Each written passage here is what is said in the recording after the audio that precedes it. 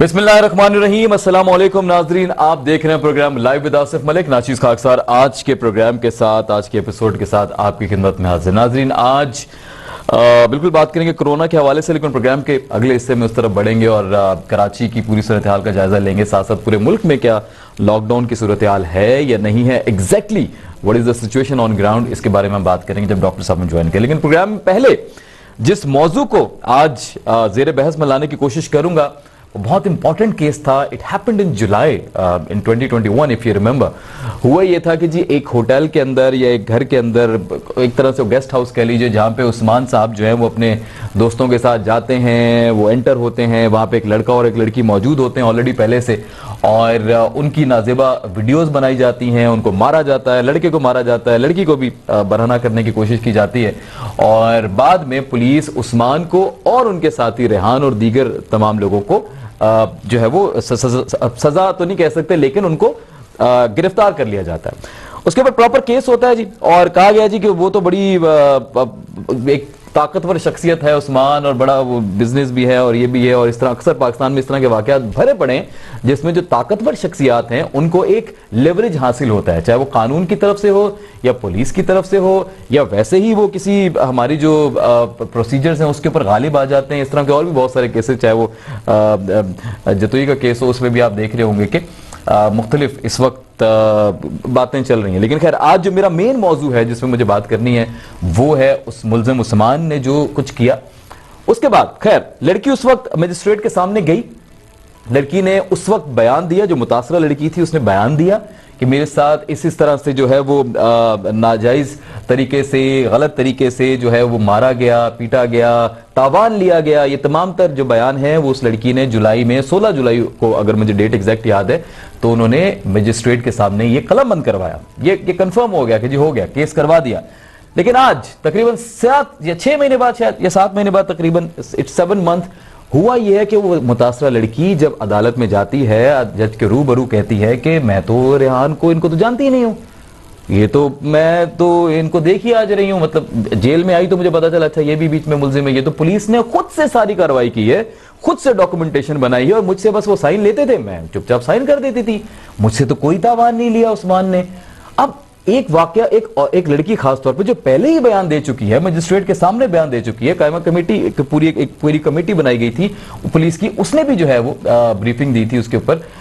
उस पूरी सूरत-ए-हाल के बाद आज 6 महीने बाद वो लड़की क्यों अपने बयान से पीछे हट जाती है? Now this is a very alarming situation in Pakistan. I mean, किसका कसूर है? क्या ये हुकूमत का कसूर है? क्या ये अदालत का कसूर है? क्या हमारी सोसाइटी का कसूर है? क्या औरत होना बहुत बड़ा जुर्म है? इस पूरी सूरत हाल का जायजा लेने के लिए आज प्रोग्राम में बात करेंगे। मुझे मौजूद मेहमान ज्वाइन कर चुके हैं। सबसे पहले प्रोग्राम में शामिल करूंगा महनाज रहमान साहिबा को, सीनियर एक्टिविस्ट हैं, औरत फाउंडेशन से भी ताल्लुक रखती हैं। मैम अस्सलाम वालेकुम। वालेकुम अस्सलाम। मैम बहुत शुक्रिया, आपने वक्त दिया, थैंक यू सो मच। आप ही के साथ अली ताहिर आराई साहब, सीनियर बैरिस्टर हैं, ज्वाइन किया हमें। सर अस्सलाम वालेकुम। वालेकुम सलाम मलिक साहब, thank you very much for it's a pleasure having you on the show. Tania Bajai ने इस्लामाबाद से हमें ज्वाइन किया और इस केस से मुंसलिक हैं तानिया, उन्हें भी आज हमने प्रोग्राम में शामिल किया है। तानिया माहिर कानून है, अस्सलाम वालेकुम।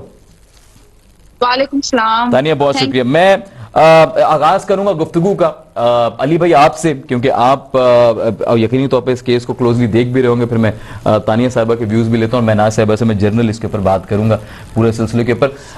अली भाई, इस केस को आप ऑलरेडी स्टडी कर चुके होंगे। It happened 6 months back. पूरी तरह से जो है इसके शवाहिद मौजूद हैं, वीडियोस मौजूद हैं। वो वीडियोस काबिल नहीं है कि उनको दिखाया जा सके स्क्रीन के ऊपर, जो सोशल मीडिया पे वीडियोस वायरल थी। आज आपको क्या लगता है कि क्यों वो जो लड़की है, जो मुतासरा लड़की है, वो जज के सामने कहेगी कि मैं तो उनको जानती नहीं हूं, पुलिस ने सारी डॉक्यूमेंटेशन गलत करवाई है और मैं इस केस को वापस लेना चाहती हूं, मैं इस केस से दस्तबरदारी इख्तियार करती हूं?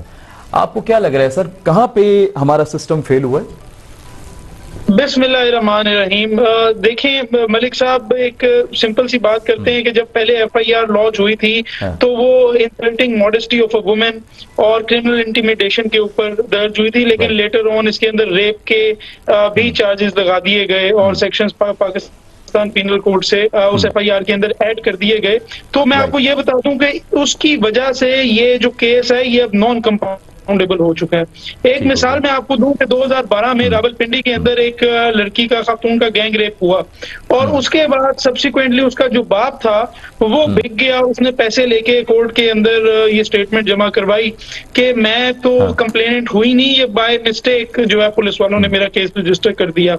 उस खातून ने खुदकुशी की कोशिश की। जब खबर निकली तो सुप्रीम कोर्ट ने नोटिस लिया। सलमान अकरम राजा साहब और ताहिरा अब्दुल्ला साहिबा वो सुप्रीम कोर्ट गए। मैं उन्हें खराज तहसीन पेश करता हूँ और सुप्रीम कोर्ट ने लॉ बड़ा क्लियरली ले डाउन किया कि जहां पे नॉन कंपाउंडेबल नेचर है और स्पेशली रेप और सेक्सुअल असॉल्ट के केसेस के अंदर वहां पे बेशक कंप्लेनेंट पीछे भी आ जाए मगर तो भी कार्रवाई होगी।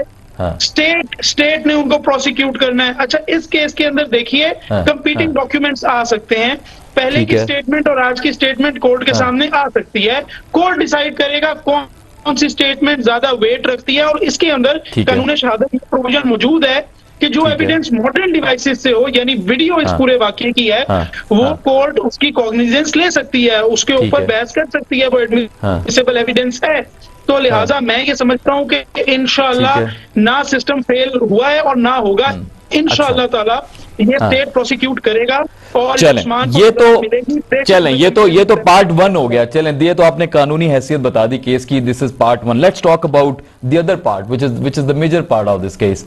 Why is she getting back? I mean why is she taking the case back? क्या रीजन हो सकता है पीछे आपके ख्याल में? देखिए, ये मैं जो मेरा एक लीगल एक्सपीरियंस रहा, मैंने ये बार बार होते हुए देखा।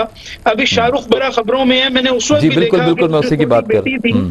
जो छोटी बेटी थी सिर्फ वो एंड तक नहीं मान रही थी, लेकिन उनको भी जबरदस्ती मनवा के फिर वो फैमिली माफ करके और ऑस्ट्रेलिया चली गई। तो ये हमारा एक जियाउल हक साहब एक प्रेसिडेंट इस मुल्क के रहे, कॉन्स्टिट्यूशन उन्होंने वायोलेट किया था, लेकिन उन्होंने इस्लाम के नाम पे बहुत सारी चीजों को अपने फायदे के लिए मैनिपुलेट किया और उसके अंदर फॉर एग्जाम्पल जो मर्डर का ऑफेंस है उसको भी एक तरह से कंपाउंडेबल कर दिया कि आप दियत देके और फारिग हो जाएं। और फिर आपने देखा कि एक रेमंड डेविस का केस हुआ कि वहां फॉरेनर आके हमारे लोगों को मार के चला गया, हम कुछ नहीं कर सके। तो ये कुछ लेकुनात हमारे लॉ के अंदर हैं, इनको हमने ठीक करना है। मजीद जो एक बड़ी अफसोसनाक बात है वो ये है कि जब मोटरवे का रेप हुआ तब भी ये पता लगा कि वो जो रेपिस्ट है वो पहले एक दफा उसके ऊपर रेप की FIR कट चुकी थी, मगर बिल्कुल ऐसे ही मीडिया ने मैटर नहीं उठाया तो वो लॉजिकल कंक्लूजन पे नहीं पहुंचा। This is a big legal system, we have to address that, but in this case the videos are available, there is no way that Usman is being let off the hook. Okay, चलें, there is no way that he is being let off the hook. Mahnaz साहिबा, आपने सुना, मैं आपकी तरफ आऊंगा, लेकिन तानिया से पहले मैं बात करना चाहूंगा। तानिया फ्रॉम इस्लामाबाद इस केस से डायरेक्टली लिंक्ड भी हैं। तानिया, अस्सलाम वालेकुम। वालेकुम सलाम। तानिया, आप इस केस से लिंक भी हैं, ऑफ कोर्स उसी इस्लामाबाद में ही इसकी जी।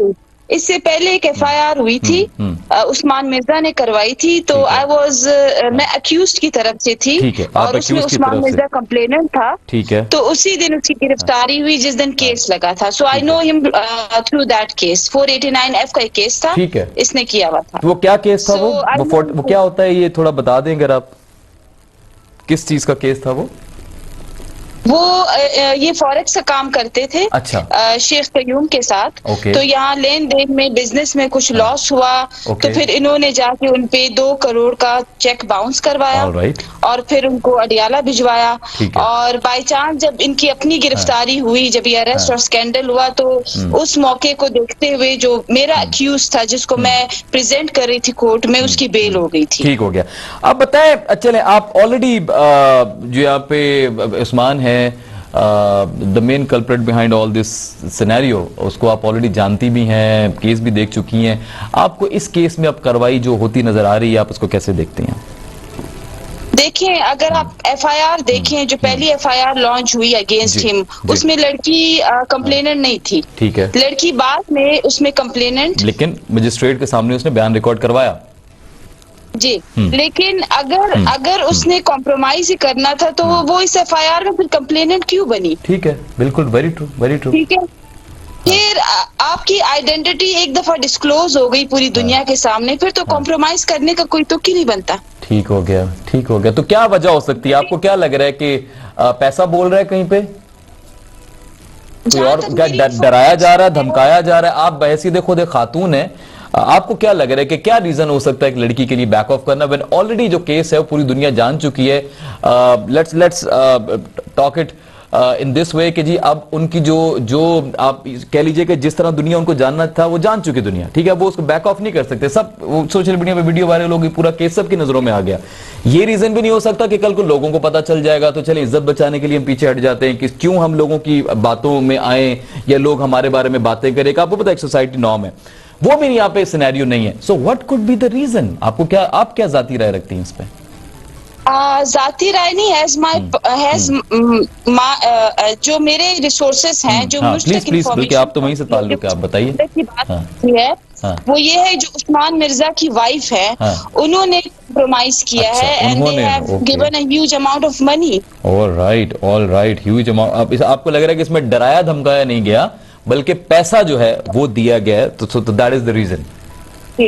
मुझे जहाँ तक मेरी इंफॉर्मेशन है, जहाँ तक मेरी ऑथेंटिक न्यूज है, यही है कि पैसों के ऊपर कॉम्प्रोमाइज हुआ है। इवन 2 महीने पहले हमारी यही प्रेडिक्शन थी कि इस केस में कॉम्प्रोमाइज हो जाएगा। अच्छा, 2 महीने पहले प्रेडिक्शन थी कि इस केस में कॉम्प्रोमाइज हो जाएगा। चले, ठीक हो गया। मैम, आपने सुना महनाज साहिबा, कानूनी पहलू भी आपने देखा। इस्लामाबाद में तानिया ऑलरेडी वहां पे डील कर रही थी इस मुलजिम को पहले भी। आपको क्या लग रहा है मैम, आप कैसे देखती हैं इस केस को? What could be the reason behind that? अब इसमें मतलब 2 पहलू हैं। एक तो ये जो आप कह रहे हैं, अभी मैडम ने भी कहा, लेकिन मैं ये समझती हूँ कि हमारे यहाँ मतलब अदालतों के चक्कर लगाना और इन मुकदमों की पेशियां भुगतना मतलब और बहुत ही टॉर्चर होता है लोगों के लिए। यानी हर, टू बी ऑनेस्ट, हर शरीफ आदमी की भी ये ख्वाहिश होती है कि उसे पुलिस, थाने, कचहरी से अल्लाह दूर रखे। ये दुआएं दी जाती हैं लोगों को हमारे माशरे में ना। मतलब it's such a cumbersome and difficult process कि हर शरीफ बंदा दूर रहना चाहिए। ठीक हो गया, अदालतों से भी और पुलिस थाने से। तो मुझे तो लगता है सबसे बड़ा फैक्टर यही है, क्योंकि देखिए हम, ये मुझे अदालतों का नहीं पता, हमने तो सोशल मीडिया पे और मीडिया पे देखा ये सारा केस ना। हमारे सामने जो सिविल सोसाइटी के सामने ये केस आया वो तो मीडिया के जरिए आया ना, तो उसमें हम ये समझ सकते हैं। और इसमें देखिए मुझे मीडिया से बड़ी शिकायत है कि आज भी हमारी एक कंसल्टेशन थी जिसमें हम यही बात कर रहे थे कि देखिए इस तरह के केसेस में मीडिया को जो सेंसिटिविटी दिखानी चाहिए वो नहीं दिखाई जाती। मतलब विक्टिम को सामने लाना। अब इसमें शुरू में थोड़ी सी कोशिश की गई थी कि लड़की का चेहरा ना दिखाया जाए, फिर लड़की का चेहरा भी दिखाया जाने लगा, फिर जनाब उसके घर पे भी पहुंच गए, फिर मतलब उसको पूरी तरह एक्सपोज कर दिया। तो हमारी सोसाइटी में मतलब एक्सपोज होने के बाद अब हर कोई, मतलब कोई हजारों लाखों में कोई एक ही होता है जो बहादुरी से ये सब फेस कर जाए। वरना ये है कि लोग तो लग रहा है प्रेशर जो है वो अदालतों में आने का, ये सब, being a female she could not survive the pressure. This is what you are trying to say. अक्सर भी यही होता है, ये सिर्फ उसका मसला नहीं है, उसकी जगह कोई भी होगा तो वो मतलब बहुत, उसके लिए बहुत ज्यादा ताकत अंदर से चाहिए। फिर ये कि आपके पीछे बहुत ज्यादा बैकिंग हो सिविल सोसाइटी की और आपके घर वालों की, माशरे की। मतलब बहुत मुश्किल है लड़ना इसमें जब तक कि आपके पीछे कोई मतलब पूरी सिविल सोसाइटी ना खड़ी हो। तो वो क्योंकि शायद हम में से कोई भी अपना रोल उस तरह अदा नहीं कर सकता। सबसे ज्यादा तो मीडिया ने गड़बड़ की। What would you suggest if I ask you कि हमारे यहाँ जो पैसे का इस्तेमाल है, that is another big issue, big reason। ठीक, एक पावरफुल जो पार्टी है, जो दूसरी पार्टी आप कह लीजिए, वो आपको डरा धमका भी सकती है, that is another fact. But पैसे का इस्तेमाल भी किया जाता है, पैसा भी बोलता है, कानून के ऊपर भी कभी कभी सबकत ले जाता है।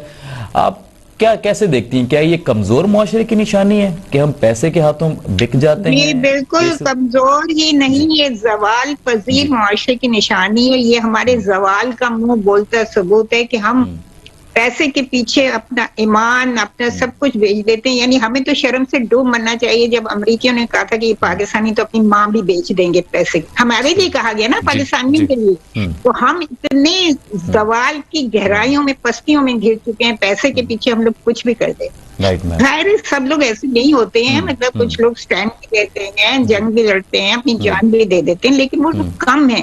ओवरऑल माशरा जो है वो पैसे का गुलाम है। वो जो हम वैल्यूज थी हमारी, वो जो ईमानदारी हमें सिखाई जाती थी और बचपन से जो हम लोगों के जनरेशन ने सीखा था, वो आहिस्ता आहिस्ता खत्म होगी। सब कुछ पैसा है, पैसे के आगे और कोई कुछ नहीं देखता। तो ये तो बहुत ही तकलीफदेह चीज है, बहुत ही खौफनाक चीज है, हमें इससे निकलना चाहिए।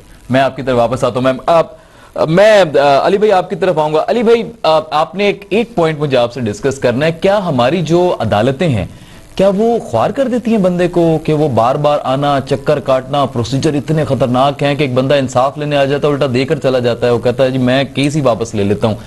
Can this be a reason? हमारा कानूनी जो स्ट्रक्चर है, जो केस की प्रोसीडिंग्स हैं, जो फॉलोअप हैं, आपको लग रहा है कि वो इतने खतरनाक हैं, ये प्रोसेस पूरा? अच्छा मलिक साहब, आपका सवाल ये था can this be a reason? Can this be a reason of many cases, not just this case, many other cases, many cases? I understand, and your question was, is this the reason? मैं बेबाक होके धड़ल्ले के साथ with full force मैं contend करता हूँ, this is the main reason. There all other reasons are secondary to this reason. देखिए, मैंने अपनी आंखों से इस जुडिशियल सिस्टम के अंदर देखा है कि किस तरह एक माई सुबह बदीन से चलती है और हैदराबाद हाई कोर्ट पहुंचती है बम्पी रास्ते पे बस के अंदर सवार होके, और उसके बाद वो 1 बजे तक वेट करती है, मैटर डिस्चार्ज होता है और वो दोबारा बद्दुआएं देती हुई वापस चली जाती है। अनफॉर्चुनेट बात है मलिक साहब कि हम लोग आज भी शायद जो जुडिशियल रिफॉर्म्स होने वाले थे हम नहीं कर सके। नहीं कर सके। This judiciary is not for those who are weak in terms of finance. There is no doubt about it. This is a judiciary where a lot of money has to be spent on some very good lawyers who charge exorbitant fees. I might be guilty of that, and I'm accepting that. I'm not defending the position. That's very big of you. Right now, हमें judicial system के अंदर करना है, लेकिन जब आप reform की तरफ देखते हैं तो ठीक है, हो सकता है बाहर से कोई गलती हुई हो सकता है जुडिशरी से कोई गलती हुई हो, लेकिन इसकी 90% रीजन पार्लियामेंट की इनकॉम्पिटेंस है, पार्लियामेंट का डिसइंटरेस्ट है, क्योंकि जुडिशियल रिफॉर्म पार्लियामेंट ने करना है। हर पार्टी ये वादा करके आती है we will reform the judiciary, और खान साहब तो नाम ही तरीके इंसाफ था, ब्रिटानिया की मिसालें देते थे। दे हैव डन, जुडिशरी को हमेशा वो कहते थे कि justice is the main element. हाँ, वेरी ट्रू, एब्सोल्युटली। एंड आज भी अगर हम इस सोच को तब्दील नहीं करते कि हमने अपने जुडिशियल सिस्टम को रिफॉर्म करना है, हाँ भाई सब ठीक नहीं है, बहुत सी चीजें इंप्रूव होने वाली, तो ये जुडिशियल सिस्टम कभी रिफॉर्म नहीं करता। बट इन माय एक्सपीरियंस मैं आपको बता रहा हूँ, पिछले 2 से 3 साल में जो यंग लॉयर्स इस सिस्टम के अंदर आ रहे हैं, I can say from practical experience, और मेरा first hand point of view है, मैं आई विटनेस हूँ इस चीज का, they are working very hard कि ये जो इस वक्त कल्चर है ये खत्म हो जाए। और सबसे बड़ी बात उसके अंदर ये है कि यंग वकीलों ने जिस वक्त वो हॉस्पिटल वाला वाकया हुआ उसको कंडेम किया। जब स्ट्राइक्स होती हैं तो हम ये कहते हैं कि रिलेंटलेस यूज स्ट्राइक्स का नहीं होना चाहिए, और हम इम्पार्शियल जुडिशरी की बात करते रहते हैं। तो I think things are moving in the right direction, we need to have patience and things will get better. This is something good to hear about के 2-3 सालों से things are getting better. Thank you so much, sir. Tania, how do you see this case going on further? आपको क्या लग रहा है कि उस्मान बरी हो जाएगा? Because you already know him very well. What do you think? या आपको लग रहा है कि अब जिस तरह अली ताहिर साहब ने कहा कि नहीं, उस्मान नहीं बरी होगा, वो अब अदालत खुद भी जो है एक जमात बनकर, एक पार्टी बनकर या इस केस को आगे प्रोसीड करेगी? What do you think? आपको क्या लगता है? नहीं, ठीक है, नहीं, अगर कंप्लेनेंट खुद ये केस परस्यू नहीं करना चाह रही, बिल्कुल, आई मीन ये कैसे कन्विक्ट होगा? How he will be convicted? लेकिन वीडियो प्रूफ, जिस तरह अली ताहिर साहब ने कहा कि वीडियो प्रूफ जो है उनको अदालत सीरियस लेगी। कंप्लेनेंट का एक बहुत मेन रोल होता है क्रिमिनल में, on the other side accused का एक रोल होता है। अगर कंप्लेनेंट खुद ये परस्यू नहीं करना चाह रही तो how he will be convicted? Can this not be a state matter कि जी ये तो मुआशरती ओवरऑल एक लेवल के ऊपर केस चल गया ना, एक मुआशरा हमारे से स्पॉइल हो सकता है, बुरी एग्जाम्पल सेट हो सकती है for whole nation in future. तो क्या इसको अदालत, आपको नहीं लग रहा कि थोड़ा सा मलूज़े खातिर रखते हुए इस केस को खुद परसू करेगी? According to my knowledge case काफी वीक हो गया। अच्छा, चलें, आप कह रही हैं केस वीक हो गया है, आगे परसू नहीं होगा। लेट्स सी, जो प्रोसीडिंग होगी इसमें बात करेंगे। महनाज साहिबा, of course you are doing a lot for all the women in Pakistan, all the girls in Pakistan, and माशाल्लाह मुख्तलिफ प्लेटफॉर्म्स पे आप नजर आती हैं। What would you suggest to all the young ladies out there जो आपको सुन रही हैं, जिनके साथ शायद इस तरह के वाकयात हो रहे होंगे but they don't have strength to face this judicial system, क्या रिकमेंड करेंगे उनको कि चुप करके घर बैठ जाएं, इसी सिस्टम से ना लड़ें, या आपको लगता है कि उनको बाहर निकलकर लड़ना पड़ेगा?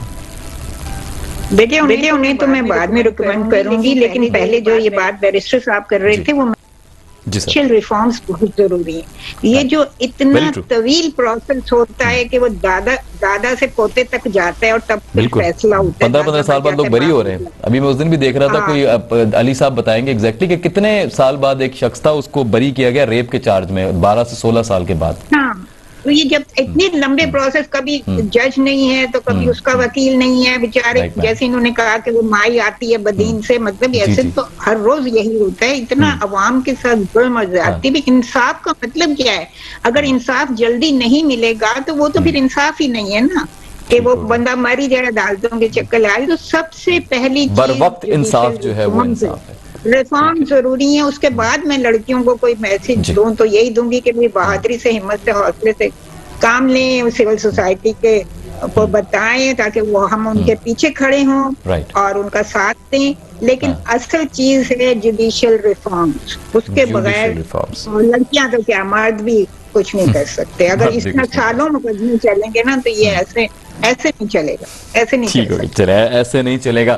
Thank you so much ma'am, thank you so much Tania, thank you so much Ali Tahir साहब, बहुत शुक्रिया आप तमाम मौजूद मेहमानों का। आपने बहुत खूबसूरत गुफ्तगू की और अपने अपने एंगल से इस केस को देखने की कोशिश की। लेट्स सी, अभी तक केस जो है उसको खारिज नहीं किया गया है, the case is in the court, अभी प्रोसीडिंग्स बाकी हैं। लेट्स सी आगे जिस तरह केस डेवलप होगा, I definitely be of course you know taking care of that, और इसको इंशाल्लाह आगे हम परसू करते रहेंगे। फिलवक्त इतना ही इस मौजू पे, आगे कुछ बात करेंगे कोरोना के हवाले से। फवाद चौधरी साहब क्या कह रहे हैं, मिर्जा वहाब साहब कुछ और कह रहे हैं। नई वेरिएंट, एक नया वेरिएंट जो है, नई किस्म आ गई है दुनिया में कोरोना की, जिसका नाम रखा गया है डेल्टा क्रोन। आपने डेल्टा वेरिएंट सुना होगा, ओमिक्रॉन सुना होगा। डेल्टा क्रोन क्या है, इस पे बात करेंगे एक छोटे से ब्रेक के बाद। हमारे साथ रहिए। जी नाज़रीन, वेलकम बैक। लौट कर वापस आ चुका हूं और अब बात करेंगे डेल्टा क्रोन के हवाले से। अब ये डेल्टा क्रोन क्या है? आप भी सोच रहे होंगे कि ये कोरोना कितनी शक्लें बदलता जा रहा है और कुछ ना कुछ नया हमें सुनने को मिल रहा होता है कुछ वक्त के बाद।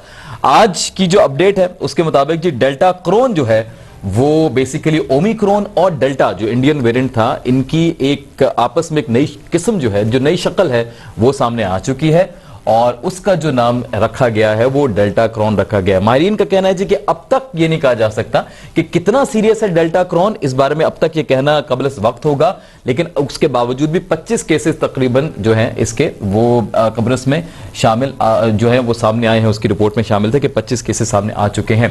अब कब्रस में क्यों ये फैल रहा है, क्या सिलसिला है, या पूरी दुनिया में और भी इसके केसेस हो सकते हैं? What could be the reason of this new virus? Could it be dangerous?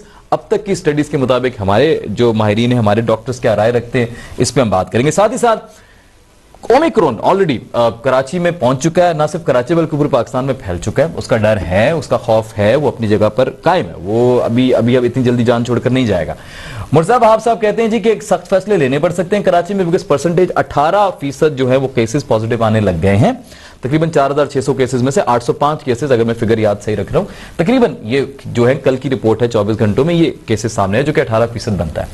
पूरे पाकिस्तान में और भी बहुत सारे शहर हैं जहां पे 5, 7, 6, 3, 2% वाले शहर मौजूद हैं। पीएसएल कल हमने खबर ब्रेक की, जराये के मुताबिक जो हम तक पहुंची कि पीएसएल को भी जो है वो कराची में सिंध हुकूमत से मुज़ाकरात हुए और पीएसएल को कराची से हटाकर अब जो है उसके स्केड्यूल को चेंज कर दिया गया है। The venue is Lahore now, just because के कराची में केसेस सर्च कर रहे हैं। गो के लाहौर में भी केसेस सर्च कर रहे हैं, बट कराची में बहुत ज्यादा सर्च कर रहे हैं। इसके बाद मिर्जा वहाब साहब ने खैर अभी तक तो यही कहा है कि फिलहाल अब तक केसेस जब तक कंट्रोल में हैं, वैक्सीनेशन जारी है, तब तक तो फिलहाल कोई लॉकडाउन की तरफ हम नहीं जा रहे, but there could be a serious action in case अगर अवाम ख्याल नहीं रखती है तो। फवाद चौधरी साहब ने दूसरी तरफ कहा है जी कि कोई लॉकडाउन नहीं होगा, बिल्कुल भी नहीं होगा, मईशत फिर उनकी नजर में इंपॉर्टेंट हो चुकी है। वो कहते हैं मईशत के ऊपर हम नहीं सवाल उठा सकते क्योंकि ऑलरेडी मईशत जो है बड़ी खतरनाक है, सूरत हाल उसकी जो है वो ठीक नहीं है। सो ऑफ कोर्स हम मुआशी तरह से भी तैयार नहीं है कि हम लॉकडाउन पे जाएं, बट ऑफ कोर्स वैक्सीनेशन के ऊपर उन्होंने कहा जी वैक्सीनेशन का अमल ठीक है, सब सही चल रहा है, don't worry, everything is good. So इस पूरे सूरत हाल पे बात करेंगे। डॉक्टर और माहिरीन इस बारे में क्या राय रखते हैं, इसको मैंने सोचा कि आज प्रोग्राम में जरा शामिल किया जाए। डॉक्टर सदफ तरफ अकबर साहबा ने हमें ज्वाइन किया है, माहिर सेहत हैं। डॉक्टर साहबा अस्सलाम वालेकुम। वालेकुम अस्सलाम। डॉक्टर साहब थैंक यू सो मच, आपने ज्वाइन किया। डॉक्टर कैसर सज्जाद साहब भी हमें ज्वाइन कर चुके हैं। डॉक्टर कैसर सज्जाद साहब बहुत शुक्रिया, पीएमए से आप जनरल सेक्रेटरी हैं। सर अस्सलाम वालेकुम। जी वालेकुम सलाम, मैं सेक्रेटरी जनरल हूँ। Sir secretary general, I am so sorry sir, secretary general हैं सर। अच्छा सर मुझे ये बताइएगा कि मैं आपसे आगाज करता हूँ। डॉक्टर साहब आपसे मुझे याद आ रहा है कि तकरीबन लास्ट मंथ मेरी इस पे बात हुई थी जब ओमिक्रॉन बिल्कुल नया नया पाकिस्तान में एंटर हुआ था, बल्कि पाकिस्तान में भी एंटर नहीं हुआ था, जब दुनिया में आया था। सीमी जमाली साहबा से बात हुई थी अभी जब वो पाकिस्तान में केसेस बढ़ गए थे। डॉक्टर साहब इस पूरे महीने में आपने कहा था कि 2 हफ्ते लगेंगे चीजों को समझने में, अंडरस्टैंड करने में। व्हाट डू यू थिंक, अभी ओमिक्रॉन की क्या सूरत हाल है और ये डेल्टा क्रोन क्या है सर, प्लीज ये थोड़ा सा बताइएगा। बिस्मिल्लाहिर्रहमानिर्रहीम, बहुत शुक्रिया। आपने मुझसे पूछा है? जी सर प्लीज प्लीज आपसे ही पूछा सर प्लीज। जी जी जी जी देखिए, ओमिक्रॉन जो है एक नया वेरिएंट है जो कि साउथ अफ्रीका से ये डिटेक्ट हुआ और वहाँ की जो पाकिस्तान की जो साउथ अफ्रीकन मेडिकल एसोसिएशन की चेयरपर्सन है डॉक्टर एंजली कुर्जी, उन्होंने ये दरियाफ्त किया, जो कि 33 साल से फैमिली फिजिशियन है। ठीक हो गया। तो उनका कहना ये है, जो उन्होंने 11 नवंबर को 2 केस देखे जो कि कोरोना पॉजिटिव थे, लेकिन उनकी सिम्टम जो था वो कोई ऐसा सिम्टम नहीं था। एक सिम्टम जो था वो ये कि उनकी पल्स रेट बहुत ज्यादा थी, यानी कि पल्स रेट जब किसी की ज्यादा होती है तो हार्ट रेट ज्यादा होता है, यानी दिल की धड़कन ज्यादा होती है। तो ये एक खतरनाक सिम्टम है, दिल जब ज्यादा धड़कता है तो वो किसी वक्त भी रुक भी सकता है। तो उसके बाद ये परेशानी लोगों में शुरू हुई दुनिया में कि ये ओमिक्रॉन तो बड़ा खतरनाक है। दूसरी बात ये पता लगी कि जी ये बहुत तेजी से जो है ये फैलता है, और जो डेल्टा वेरिएंट था जो हमारा चौथी वेव में था यहाँ पे, इंडियन वेरिएंट जी उससे ज्यादा ये तेजी से फैलने वाला है। लेकिन अब तक जो डाटा हमारे पास है आया है वो उसके मुताबिक ओमिक्रॉन तेजी से फैलता जरूर है, लेकिन डेल्टा के बनिस्बत मामूली से सिम्टम्स होते हैं, बहुत ज्यादा परेशान कुन सिम्टम नहीं है। ये रीजनल चेंजेस भी हो सकती हैं डॉक्टर साहब, कि पाकिस्तान में वो सीरियस नहीं है, ये पूरी दुनिया में आपको लग रहा है कि इतना सीरियस नहीं है? पूरी दुनिया में जो है अभी यही डाटा आ रहा है कि वो सीरियस नहीं शो कर रहा है। ओके। हाँ, और हमारे यहाँ भी अब तक सीरियस नहीं है। लेकिन देखिए 2-3 बातें बड़ी इम्पोर्टेंट है कि अगर ये जिस तरह से डेल्टा वेरिएंट दुनिया में प्रॉब्लम्स क्रिएट कर रहा था, लेकिन वही डेल्टा वेरिएंट इंडिया के अंदर बहुत ही खतरनाक सिचुएशन की, बड़ी तबाही मचाई कि लोग जो है वो लाइन लगाकर ऑक्सीजन के लिए तड़पते रहे और इंतकाल करते रहे। उसके बाद फिर इंडोनेशिया में बहुत तबाही मचाई। तो हमारा पॉइंट ये है कि खुदा ना खास्ता ये ओमिक्रॉन पाकिस्तान में अगर ये बिगड़ गया और कोई अपनी नई शक्ल अख्तियार कर गया तो बहुत ज्यादा प्रॉब्लम होगी। एक तो ये, दूसरा ये कि देखिए ये अभी 15-20 दिन से ओमिक्रॉन पाकिस्तान में आया है। उससे पहले आपको याद होगा कि हमारे यहाँ लेस देन 1%, 1% से कम का रेशियो चल रहा था पॉजिटिविटी का, और इसका मतलब है कि हमारे पास उस वक्त डेल्टा वेरिएंट था। तो डेल्टा वेरिएंट भी मौजूद था, 400, 500, 600 केस आ रहे थे, तो वो भी मल्टीप्लाई हो रहे हैं। तो हम तो इस वक्त अभी सिर्फ ओमिक्रॉन खेल रहे हैं। अगर इसकी साए में अगर कोई डेल्टा वेरिएंट हमारा सर्च कर जाता है, बढ़ जाता है, तो फिर आपको क्या होगा, बहुत प्रॉब्लम हो सकती है। तीसरी बात जो मैं एक और कंसर्न हमारा पीएमए का है, वो हम बार बार कह रहे हैं कि ये ओमिक्रॉन किसी के साथ, किसी वेरिएंट के साथ मिलके कोई नई शक्ल इख्तियार कर जाए, नया वेरिएंट आ जाए, अगर डेल्टा वेरिएंट से मिल जाए या जो डेल्टा क्रोन जो कहा जा रहा है दुनिया में एक हो चुका है, एक नया आ चुका है, जैसे कब्र वो अभी एक जी, तो वो इस तरह की सिचुएशन बनती है तो हमारे लिए प्रॉब्लम होगी। तो ये 2-3 कंसर्ट हैं जो हम समझते हैं कि हमें लोगों को समझना होगा। ठीक हो गया। डॉक्टर साहब मैं आपसे जानूंगा कराची की सूरत हाल के ऊपर, I would want you to talk about. क्या लग रहा है कराची में 18% केसेस जो है मजबूत आने लग गए हैं। ऑफ कोर्स ये अलार्मिंग हो सकता है कराची वालों के लिए, या आपको लग रहा है कि सूरत हाल इतनी खराब हो सकती है कि हमें दोबारा से स्कूल्स, कॉलेजेस, बिजनेसेस बंद करने पड़े?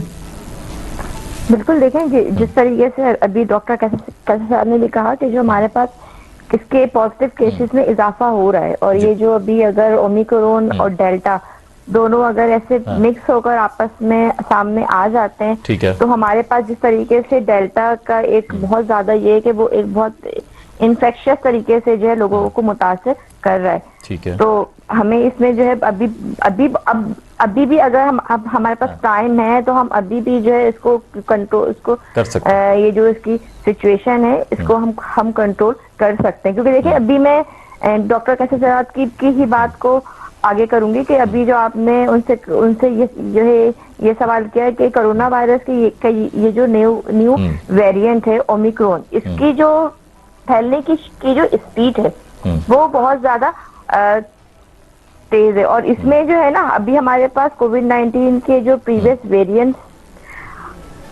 आ रहे थे, जैसे कि जो है डेल्टा है और डेल्टा के बाद भी जो है और फिर उससे पहले भी जो है और हमारे पास वेरिएंट्स आए थे, वो जो है बाकायदा जो ह्यूमन के लंग्स होते हैं उस पर जो है डायरेक्ट असर अंदाज हो रहे थे। लेकिन ये जो हमारे पास ओमिक्रॉन है ना, ये जो है फेफड़ों पर हमला करने के बजाय जो है हमारे गले को मुतासिर कर रहा होता है। इसी वजह से जो है ये जो है हमारे पास ओमिक्रॉन है, ये जो हमारे समझे कि हमारा जो रेस्पिरेटरी सिस्टम होता है ना, उसकी जो बिल्कुल ऊपरी हिस्सा होता है वहां पर इसके जो कहना चाहिए कि वायरसेस वो मौजूद होते हैं। इसी वजह से ना ये जो है ये वायरस अगर एक फैमिली में एक फर्द को मुतासिर अगर वो होता है तो उसके साथ साथ उसकी जो है तमाम फैमिली के लोग और फिर उसके इर्द गिर्द जो लोग वो भी सेफ नहीं जो वो है मौजूद, वो तमाम लोग उससे जो इफेक्ट हो सकते हैं। ठीक हो गया। अच्छा डॉक्टर कैसर सज्जाद साहब, I would like to talk about current situation in Karachi and overall. मुर्जा भाब साहब कहते हैं जी कराची में सिचुएशन अगर खराब हो गई तो लॉकडाउन की तरफ जाया जा सकता है। फवाद चौधरी साहब कह रहे हैं सिचुएशन खराब हो भी जाए, कुछ भी हो जाए, मईशत इंपॉर्टेंट है, केसेस कुछ भी हो जाए, वैसे तो केसेस बढ़ेंगे नहीं लेकिन हम लॉकडाउन की तरफ बिल्कुल भी नहीं जाएंगे। सर क्या करंट सिनेरियो आपके पास ऑलरेडी डाटा मौजूद है, क्या डाटा क्या कह रहा है सर? देखें बात सारी ये है आसिफ के सिचुएशन जो है जो बताई जा रही है 18%, ये तो वो है जो के रजिस्टर्ड है, जो केसेस आपके पास रजिस्टर्ड है। इसी तरह से लाहौर की जो 5% से ज्यादा है वो भी रजिस्टर्ड है। इसी तरह से जितनी भी एनसीओसी की जो रिपोर्ट आती हैं वो तो एक रजिस्टर्ड है कि लोगों ने के जो पॉजिटिविटी है वो इनके पास रजिस्टर्ड है। लेकिन इतने सारे केसेस हैं जहां पर लोग अपनी टेस्ट नहीं करा रहे हैं और अगर करा रहे हैं तो वो रजिस्टर्ड नहीं हो रहे हैं। तो इस सूरत हाल पे आप देखें तो जो 18% है, मैं समझता हूँ कि ये 20 से 25% इस वक्त है और ये और बढ़ेगा। नंबर एक। नंबर दो बात ये है कि देखें दोनों सूबाई और फेडरल गवर्नमेंट जो है वो ये कह रही है कि हम लॉकडाउन नहीं लगाएंगे। ठीक है, बिल्कुल सही बात है, लॉकडाउन लगाना भी नहीं चाहिए, लेकिन आप कहीं से भी हुकूमत की तरफ से रोकथाम नहीं हो रही है। आप या तो फिर एसओपीज पे सख्ती से अमल कराएं, इसके फैलाव को तो रोके ना आप। लेकिन होगा क्या, मैं आपको बता दूं, जब ये केसेस बढ़ेंगे तो फिर आखिर में वही होगा कि जी बहुत ज्यादा अस्पताल पे बर्डन पड़ रहा है तो जी उसको लॉकडाउन लगा दें, फिर ये कर दें। मेरा पॉइंट ये है कि आप बजाय लॉकडाउन लगाने के आप अभी से आप देखें शादी हॉल में चले जाएं। आप जितनी भी शादियां इस वक्त रोजाना होती हैं, इस वक्त बहुत जो सूरत हाल है, ऐसा लगता है कि आप अगर किसी भी शादी में चले जाएं तो आपको लगता है कि पाकिस्तान में तो कोरोना है ही नहीं। तो ये सिचुएशन जो है ना ये बड़ी अलार्मिंग है, बड़ी खतरनाक है। नंबर एक। नंबर दो बात ये कि आपकी नॉलेज में होगा एक बहुत बड़ा फूड फेस्टिवल जो है कराची में होने जा रहा है अभी अगले हफ्ते। पोर्ट ग्रैंड की बात कर रहे हैं? नहीं, पोर्ट ग्रैंड में नहीं। कहाँ, किस जगह पे होने जा रहा है ये मुझे ये नहीं पता है, एग्जैक्ट लोकेशन नहीं मालूम, लेकिन एग्जैक्ट मुझे नहीं, लेकिन ईट समथिंग कुछ है जो कि लाखों कराची यूनिवर्सिटी, मुझे बताया जा रहा है कराची यूनिवर्सिटी में हो रहा है। ठीक हो गया। अच्छा, कराची ईट है के नाम से शायद वो हो रहा है। और वो आप बताइए कि उसके अंदर आप ये सिचुएशन हमारी एक तरफ तो कोरोना के केसेस बढ़ रहे हैं और हम दूसरी तरफ आप लोगों को मजमा जमा कर रहे हैं, हम कह रहे हैं कि नहीं है। तो ये जो हिकमत अमली है सर, इसमें मुझे एक बात बताएं सर, लास्ट टाइम मुझे अच्छी तरह याद है कि पीएमए की तरफ से ही रिकमेंडेशन दी गई थी, अगर मैं गलत नहीं हूं तो पीएमए की तरफ से कहा गया था कि लॉकडाउन की सूरत हाल क्रिएट हो चुकी है, प्लीज लॉकडाउन की तरफ जाया जाए वरना सूरत हाल और बिगड़ सकती है। पीएमए अब क्या पीएमए क्या रिकमेंडेशन देगी इस वक्त? देखिए मैं तो अभी यही बात कह रहा हूँ, मैं बिल्कुल आसान सी बात बता रहा हूँ कि इस वक्त हम लॉकडाउन की तरफ न सोचे ना लॉकडाउन के वाली बात ऐसी करें। ठीक है, क्या करें लॉकडाउन को रोकने के लिए? अगर लोग देखें, दो बातें हैं। अगर लोग ये चाहते हैं कि यही जो सूरत हाल चल रही है और इसी तरह से कारोबार, इसी तरह से एजुकेशनल और ये शादी ब्याह, होटलिंग सब चलते रहे, ऑफिस वगैरह, तो आपको सख्ती से खुद हर आदमी SOPs पे अमल करे और वैक्सीनेट कराए। और इसी तरह से अगर हुकूमत चाहती है, वो चाहती है, अगर हुकूमत सिंसियर है और सीरियस है कि ये अवाम इसी तरह से मजे करते रहे, तो हुकूमत को चाहिए कि सख्ती से अमल दरामद कराए। जो लोग अमल दरामद नहीं कर रहे हैं उनके ऊपर पनिशमेंट करें, उनके ऊपर फाइन करें। और आप ऐसे गैदरिंग्स पे पाबंदी लगनी चाहिए सिंध हुकूमत या पाकिस्तान हुकूमत, ये गैदरिंग, शादी हॉल पहले शुरू में लगाई जाती है, इस पाबंदी बिल्कुल लगानी चाहिए। यही मैं कह रहा हूँ। अगर आप ये राइट टाइम है या थोड़ा सा और वेट कर लें अभी 1-2 हफ्ते? नहीं, क्या यही राइट टाइम है। अगर आप चाहते हैं कि लॉकडाउन से बचना है आपको, तो इस वक्त जो है, जो इस तरह के जो फेस्टिवल हो रहे हैं या मजमा, किसी सूरत से भी मजमा लग रहा हो, तो उनको, जैसे शादी हॉल में कोई लिमिटेशन नहीं है, आप 1000 लोग बुलाएं किसी एक्टिविटीज में कहते हैं, लेकिन आप उसको लिमिट तो कर सकते हैं, 200 कर दें, 300 कर दें। आपने बिल्कुल खुला छोड़ा हुआ है, कहीं पर भी कोई पाबंदी नहीं है, कोई मास्क लगा कर नहीं जा रहे लोग, ऑफ कोर्स कुछ भी नहीं कोई कर रहा है, तो आप यकीनन फिर आखिर में आप आके लॉकडाउन लगा देंगे। तो फिर और हम जाहिर है PMA वाले फिर यही करेंगे ना। लेकिन इसको फैलाने को रोकने के लिए हमें फिर जोर, लेकिन अब तक आपकी तरफ से कोई ऑफिशियल स्टेटमेंट आया नहीं है इस हवाले से? जी, मैं अभी हम बिल्कुल नहीं कह रहे हैं कि लॉकडाउन होना चाहिए। अभी आप प्रिवेंशन करें, इसको, इसके फैलाव को रोकने के तदाबीर करें। लेकिन आप इस बात पे है कि हमें ये देखना होगा कि जब अस्पताल पे लोड बढ़ रहा है, लोग बहुत ज्यादा अस्पताल पे जा रहे हैं, तो हम इसके फैलाव को रोकने के लिए लोगों को घर बैठाना जरूरी होगा, फिर लॉकडाउन करना पड़ेगा। ठीक हो गया। अच्छा डॉक्टर साहिबा, आपसे मैं जानना चाहूंगा वैक्सीनेशन के हवाले से। कराची में कहा जा रहा है तकरीबन 1.25 करोड़ की आबादी को वैक्सीनेशन हो चुकी है, बल्कि दूसरी डोज भी लग गई है कराची में, और 3 से जायद जो करोड़ की आबादी है, तकरीबन 4 करोड़ कह लें पूरे पाकिस्तान में, 4 करोड़ लोगों को जो है वो 2 डोजेस लग चुकी हैं पूरे पाकिस्तान में, तो वैक्सीनेट हो चुका है इतना पाकिस्तान।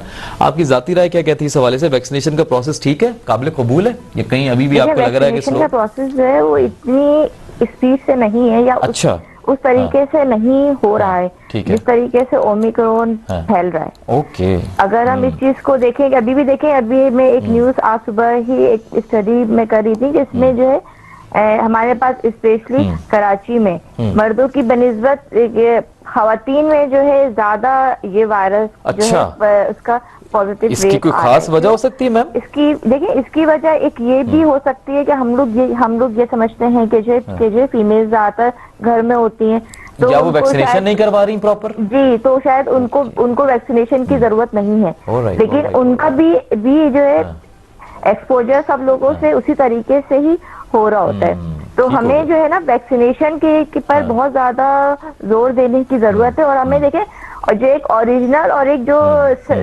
कहना चाहिए कि ऑथेंटिक वैक्सीनेशन, कि सिर्फ वैक्सीनेशन कार्ड हमारे पास ना हो, हमने जो है प्रॉपर वैक्सीनेशन करवाई हुई हो।